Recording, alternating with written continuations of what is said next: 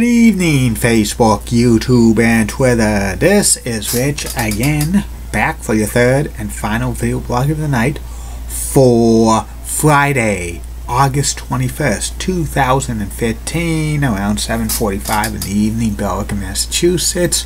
Raining out right now. Some of the rain's coming down like crazy. It's humid and stuff. Could be several more days of hot and humid weather with the chance of the showers every single day and stuff. Some news to report. Las Vegas and Quebec City are on the third and final step to get an NHL expansion team, and looks like they will be going to go to 32 teams in the NHL soon. And also sad news to report in the world of Hollywood actress Melody Patterson passed away at the age of 67 due to a fall. She was known for being on F-Troop when she was a teenager. And many Dunkin' Donuts now are selling pumpkin spice iced coffee. It's the season and stuff. Soon there'll be pumpkin donuts, pumpkin everything, pumpkin pie, pumpkin cigars.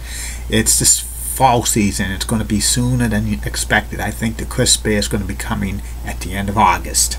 And that's about it on the news. My third and final video blog subject of the night is my personality profile. Tonight's personality profile is about former Major League Baseball pitcher Mike Scott. Mike Scott pitched 13 seasons in the bigs with the Mets and Astros, and he was a decent pitcher and stuff.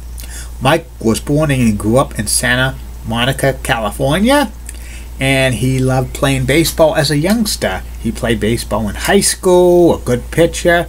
Then he went to college at Pepperdine. He was drafted by the New York Mets in the second round of the 1976 amateur draft. He spent the next 5.5 seasons going between the majors and the minor leagues. He made his debut in 1979 and stuff. And he was, an average pitcher. First few years in the big leagues, he was a starting pitcher, but he wasn't consistent and stuff, and he would go back to the minor leagues and stuff. He made the big leagues for good in 1981, and he was still struggling as a starting pitcher. The Mets gave up on him. They traded him in 1982 for a utility player called Danny Heap, and Mike was with the Astros for a couple of years, but he was still a .500 pitcher at best, and he was getting close to 30 years old, and he might have been out of baseball. But in the offseason of 1984-1985, he learned the split finger fastball by former Major League Baseball pitcher Roger Craig, who was also a pitching coach at the time for the Detroit Tigers. He eventually became manager of the San Francisco Giants for about 8 years. And once Mike got the split finger fastball going, he was a great pitcher. He was probably one of the best pitchers in the National League for a few years. And he had some good stats. 6 times he had 10 or more wins in a season. 6 times he pitched 200 innings in a season. 2 times he had an under 3 ERA.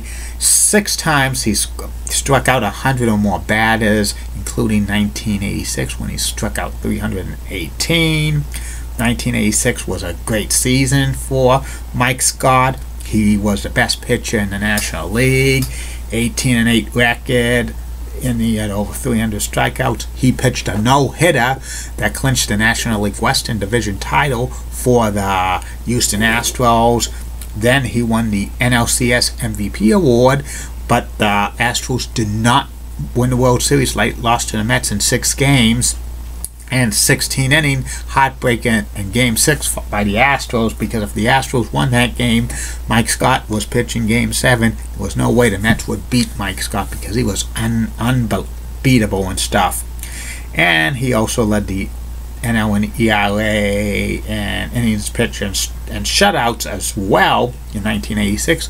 Mike actually finished one other time in the top 5 for MVP vote, National League Cy Young Award winning voting in 1989 when he won 20 games. That was the only 21 game season he won.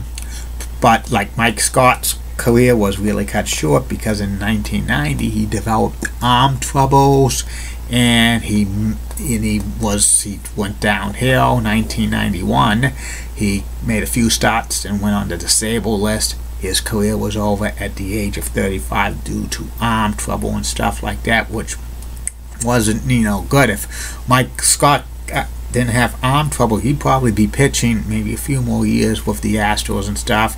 He was maybe one of those late bloomers that if he didn't have any arm trouble, he probably could have put up lots of good stats and stuff, and maybe been considered for a few more Cy Young Award winners in the National League, and he could have been like, the Astros could have stayed in contention because he was like an ace pitcher for the Astros in the 80s. And his career stats: 124 wins, 108 losses, 3.54 ERA, 45 complete games, 22 shutouts, 2,068.2 innings pitched, and 1,496 Ks. Mike Scott appeared on the Hall of Fame ballot for the first time in 1997, but he only got a few votes and was dropped. But the Houston Astros retired as number 33 because he was one of the best pitchers in Houston Astros history and stuff. And that's about it on Mike Scott, and that's about it on these video blogs, Facebook and YouTube and Twitter for the night. Tomorrow, you're going to get 3 more video blogs. First video blog will be about my SummerSlam 1995 WWE pay-per-view review from Pittsburgh Civic Arena. Second video blog will be about the NFL Today on CBS. And the third and final video blog of the night will be about one of the most famous television meteorologists in Boston television history, Barry Burbank, weekend meteorologist for WBZ TV4. And more great video blogs coming in the days, months, weeks, and years ahead. Keep calm. And I'm a Julie Brennick. And Molly Rosenblatt, Fox 35 Rocks. And the words of Sean Lucha, get out. Bye now. See you tomorrow.